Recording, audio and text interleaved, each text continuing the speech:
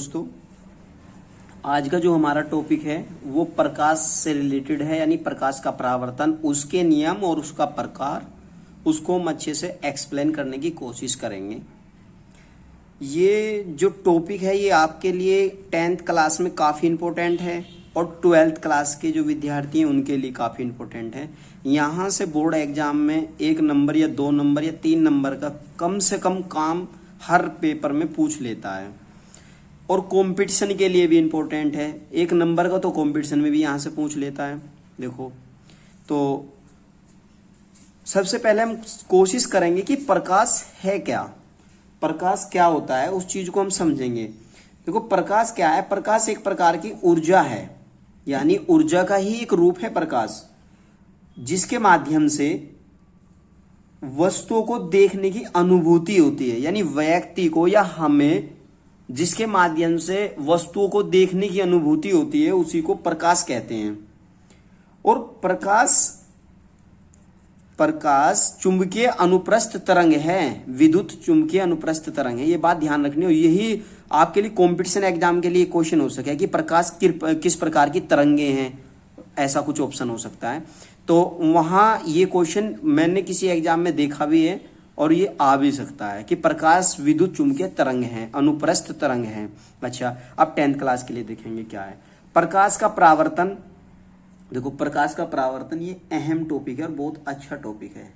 तो इसमें अब जैसे जब प्रकाश किसी चिकने माध्यम तल पर गिरता है, जैसे हमने अब प्रकाश भाई आप चिकने माध्यम पर गिरेगा तो ज्यादा परावर्तित होगा, खुरदरे माध्यम पर गिरेगा तो कम परावर्तित होगा, इसी प्रकार से। तो इसके एक्सप्लेन करने के लिए सपोज करो हमने कोई M1 और M2 एक समतल दर्पण ले लिया, ये M1 और M2 कोई समतल दर्पण है। अच्छा, दूसरी बात, कुछ माध्यम ऐसे होते हैं जहां प्रकाश टकराकर उसे आर पार कर जाता है, कुछ माध्यम ऐसे होते हैं जहां टकराकर सारा का सारा प्रकाश वापस लौट जाता है, जैसे अपारदर्शी माध्यम, कुछ पारदर्शी माध्यम और कुछ अल्प पारदर्शी माध्यम, जिनमें से कुछ प्रकाश टकराकर अंदर जाता है और कुछ वापस लौट जाता है। तो अब हमने इसे एक्सप्लेन करने के लिए, प्रकाश के परावर्तन के जो नियम हैं उन्हें एक्सप्लेन करने के लिए हमने कोई एक तल लिया है जो समतल दर्पण है। मान लिया कि M1 और M2 एक समतल दर्पण है, ठीक है। अच्छा, अब प्रकाश का परावर्तन की जो परिभाषा है वो है क्या? जब प्रकाश किसी चिकने माध्यम तल पर गिरता है तो उसका प्रकाश टकराकर वापस लौट जाता है। जब प्रकाश किसी चिकने माध्यम पर गिरेगा तो वहां से टकराकर प्रकाश वापस लौट जाएगा, और टकराकर वापस लौटने की जो प्रक्रिया है, यानी प्रकाश के टकराकर वापस लौटने की जो प्रक्रिया है, वो ही प्रक्रिया प्रकाश का परावर्तन है।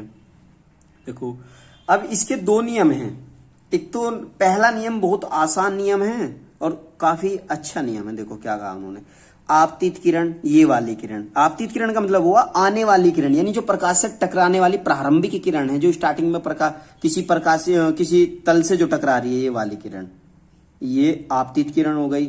और जो टकराकर ये वापस लौट रही है, ये परावर्तित किरण होगी आपकी, ये वाली किरण। अच्छा, और ये आपका आपतन बिंदु, ये जो बिंदु P है ये आपतन बिंदु है, और इस बिंदु पर जो हमने ये काल्पनिक अभिलंब लिया है, ये वाला, ये आपका अभिलंब हो गया है। देखो, तो पहला नियम क्या कहता है कि आपतित किरण व आपतन बिंदु पर अभिलंब और परावर्तित किरण तीनों एक ही तल में होते हैं, ठीक है। यानी देखो, ये आपतित किरण का तल भी यही है, परावर्तित किरण का तल भी यही है, और अभिलंब जो है उसका तल भी यही है, यानी तीनों एक ही तल में होते हैं। अच्छा, अब दूसरा नियम है कि आपतन कोण और परावर्तन कोण दोनों बराबर होते हैं, ठीक है। देखो, अभिलंब और आपतित किरण के बीच बनने वाला कोण आपतन कोण है, ये तो आपतित किरण हो गई, ये अभिलंब है। इसके बीच में जो ये एंगल बना है, ये वाला एंगल, ये एंगल आपका आपतन कोण है। और अभिलंब और परावर्तित किरण, ये अभिलंब है और ये परावर्तित किरण, इनके बीच बनने वाला जो कोण है वो परावर्तन कोण है। अच्छा, तो जो परावर्तन का दूसरा नियम है उसने केवल यही बात समझाई है कि ये वाला एंगल, ये आपतन कोण, और ये वाला एंगल परावर्तन कोण, दोनों का मान बराबर होगा, ठीक है। ये 2 नियम परावर्तन के नियम थे। अब परावर्तन के प्रकार देखो, परावर्तन के जो प्रकार है, एक तो नियमित परावर्तन है और एक विसरित परावर्तन है। यदि इन पॉइंट को आप बुक में पढ़ने का प्रयास करोगे तो कम समझ आएगा, थोड़ा सा मतलब क्रिटिकल पॉइंट सा है हल्का सा, देखो। तो लेकिन मैं आपको बिल्कुल सीधा सा बता दूं, जैसे प्रकाश जितने चिकने माध्यम पर गिरेगा वो तो आपका नियमित परावर्तन होगा, क्योंकि वहां से प्रकाश का अधिकांश भाग परावर्तित होता है, ठीक है, ज्यादातर भाग परावर्तित हो जाता है। लेकिन जो खुरदरा सा माध्यम है, कम चिकना माध्यम है, यदि वहां प्रकाश डलेगा तो वहां कुछ भाग परावर्तित होगा और कुछ भाग परावर्तित नहीं होगा, तो उसे बोलते हैं विसरित परावर्तन। तो ये आपके ये दो जो प्रकार हैं परावर्तन के प्रकार हैं, ठीक है ना। देखो अब इसमें हम वे क्वेश्चन करेंगे जो कंपटीशन एग्जाम में परस्पर पूछे जाते हैं, जहां से मतलब जो इंपॉर्टेंट पॉइंट हो सकते हैं, प्रकाश की विशेषताओं से रिलेटेड पॉइंट हो सकते हैं, ये आपके लिए कंपटीशन के लिए भी इंपॉर्टेंट होंगे और 10th और 12th के लिए प्रकाश की विशेषताओं के रूप में इंपॉर्टेंट होंगे। तो ठीक है, दोनों ही बच्चे, दोनों प्रकार के स्टूडेंट इसको ध्यानपूर्वक समझेंगे। देखो, एक तो जो प्रकाश की चाल है, प्रकाश की चाल निर्वात में और पानी में अलग अलग होती है।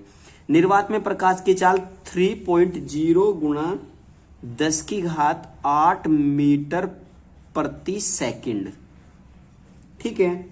अच्छा, और प्रकाश की चाल पानी में अलग होगी। तो पानी में क्या होती है, पानी में 2.25 इंटू 10⁸ मीटर प्रति सेकंड, ये आपकी होगी पानी में प्रकाश की चाल। एक तो ये दोनों बात ध्यान रखने की कंपटीशन के लिए भी।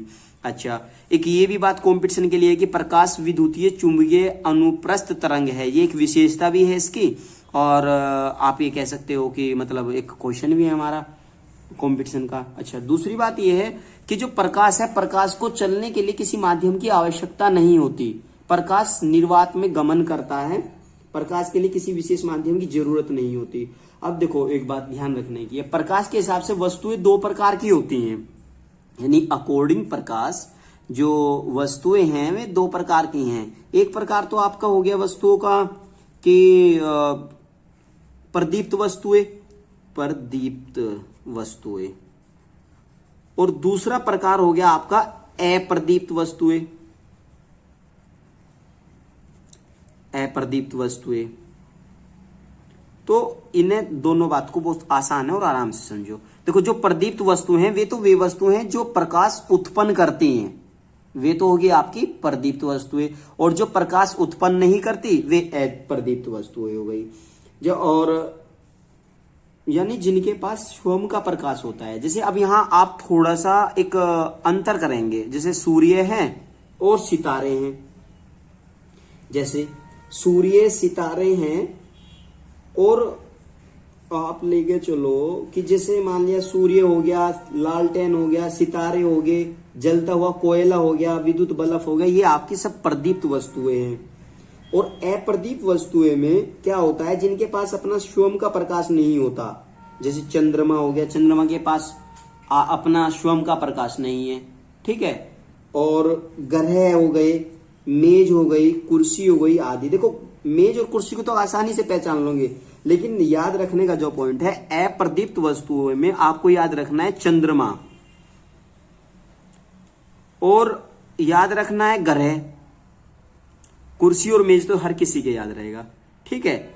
और जो सितारे हैं, ये आपके जो ये सितारे हैं और सूर्य है, हर किसी को पता होगा या नहीं पता होगा कि सूर्य जो है वो एक प्रकार का सितारा है, ये पृथ्वी के काफी नजदीक वाला सितारा है। और जो सितारे जिन्हें हम सितारे मानते हैं वे पृथ्वी से काफी दूर हैं, इसलिए वे छोटे दिखाई देते हैं, और सूर्य काफी बड़ा है, इसलिए हमारे पृथ्वी के नजदीक वाला ये सितारा है।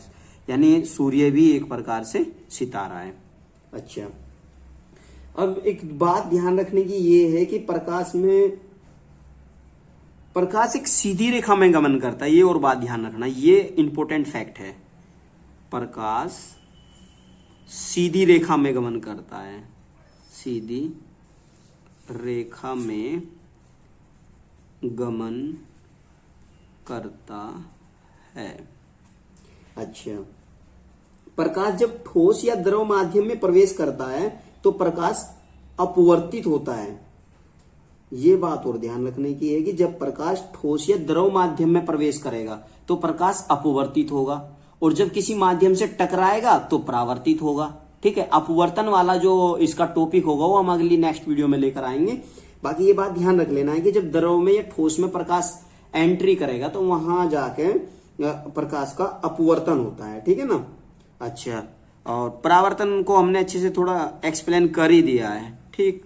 तो ये एक प्रकार से हमारी डेमो क्लास है। कंप्लीट कोर्स हम इसी चैनल पर फ्री ऑफ कॉस्ट हर बच्चे के लिए लेकर आएंगे, 12th के बच्चे के लिए भी और 10th क्लास के बच्चे के लिए भी, और कंपटीशन वाले बच्चों के लिए भी फ्री ऑफ कॉस्ट रहेगा कंप्लीट का कंप्लीट कोर्स।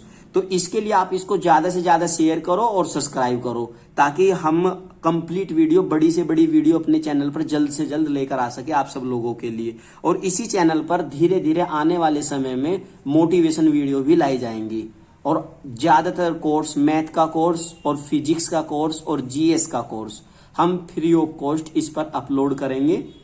बस सिर्फ आपको यही करना है, हमें सपोर्ट करना है और ज्यादा से ज्यादा सब्सक्राइब और शेयर करना है। Thank you. Okay dear student.